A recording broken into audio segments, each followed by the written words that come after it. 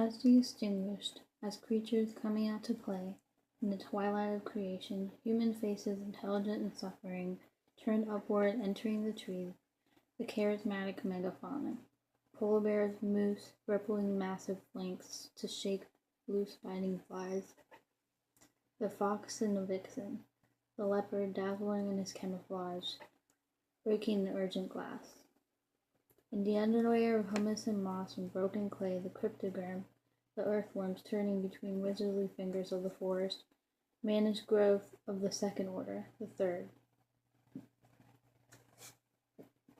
The third steered toward what shall a history for the benefit of imaginary scripted persons. In the branches, snowy owls and ravens, or the rock pigeons we call pigeons, the camp perch in trees that swarm cities like flying rats they are, hungry, iridescent, at the neck like the rats themselves shining like a collar at the base of the public sculpture monument to the fundamental flight, the quarters of power, mathematics, heat death rippling like an invisible wave down State Street, paralleling Michigan, pushed by the restless condensations of the L, cutting longitudes across the lake itself. Desert of water meeting the migrations of alien carp and cosmic space, diving deep for the wreck of the Edmund Fitzgerald or swimming invisible lines, boundaries policed by radar. From Canada, a mass air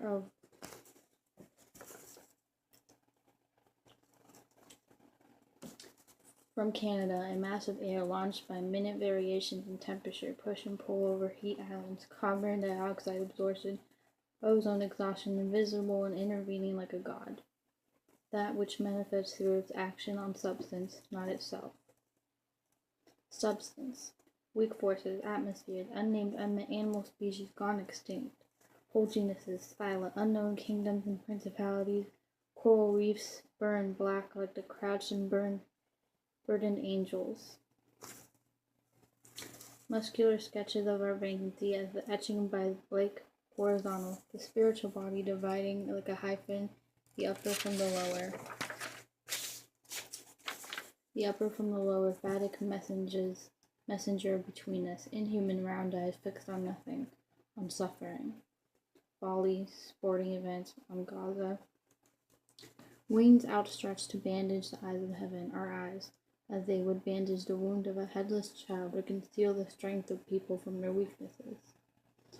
The mortals masquerading as their own fates, individuals slashed open by solitude, acts of mourning and revenge writing themselves into the text of righteousness. The messengers revealed nothing, like animals marching slowly toward me now, 2 by 2, tongue lolling, eyes lit from within the hollow and sparkling as a cave concealed from light for 30,000 years, but no longer. Grace have I none, but what can be inferred by arms opening, palms, head tilting back to catch rain in my jaws? What is born now? What rests its way out of the eternal feminine? The body, my only warrant against monuments, my pledge to the immaculate moment.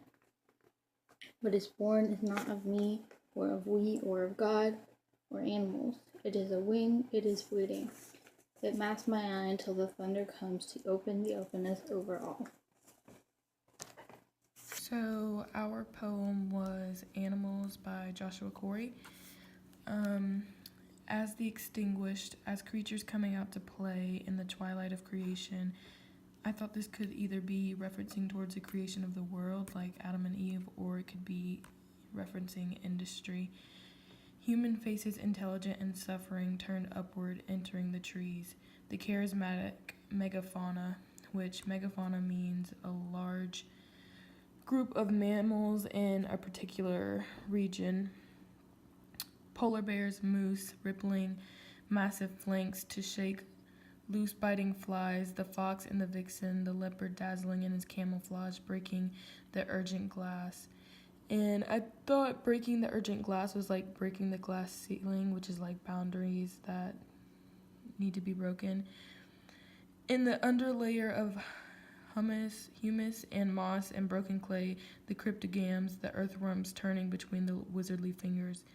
And I thought that this group of animals could be men or women, maybe women, since it says breaking the urgent glass, and it'd be breaking boundaries that women aren't usually known to do. Of the forest managed growth of the second order, the third steered toward what show a history for the benefit of imaginary extrinsic persons. And in this one, I noticed that maybe the second order and the third could be a status, and the shoal, which is a group of fish or shallow water, could be symbolizing a group of people that like financial or economic or social things are usually steered towards. In the branches, snowy owls and ravens, or the rock pigeons we call pigeons, that can't perch in trees, that swarm cities like the flying rats they are, hungry, iridescent at the neck like the rats themselves, shining like a collar, at the base of a public sculpture monument to the fundamental flight, through corridors of power, mathematics, heat, death, rippling like an invisible wave, down the State Street, paralleling Michigan, pushed by the restless consternations. And in this section of the poem, I noticed a few things, and maybe like the birds again could represent women or men. Men because they're kind of power and money hungry. Women because the birds are more gentle and nurturing than the stronger animals up there. I also noticed the flight, and flight equals freedom, and some diction that I didn't know before. Corridors, meaning like a passageway, so like a passageway to power, and consonnations means blend together skillfully and harmoniously. Also, I think that the flying rats that swarm the city is like man who are in the city, always, power hungry and money hungry, looking for financial advancements. Of the L cutting longitudes across the lake itself, a desert of water. The L is a train in Chicago, and I think it's built off of higher up on land. And the lake itself is referencing Lake Superior. Okay, desert of water, meeting the migration of alien carp and cosmic graves, diving deep for the wreck of the Edmund Fitzgerald. The Edmund Fitzgerald is a ship that sank in Lake Superior. Or swimming invisible lines, boundaries policed by radar from Canada, a massive air launch by minute variations in temperature, push and pull over heat islands, carbon dioxide absorption. Heat islands are places where it's warmer because of human interaction. Ozone, exhaustion, invisible and intervening like a god, that which manifests through an action on substance, not itself substance. Weak forces, atmospheres, unnamed, unmet animal species gone extinct, whole genesis, phyla, and unknowable kingdoms and principalities.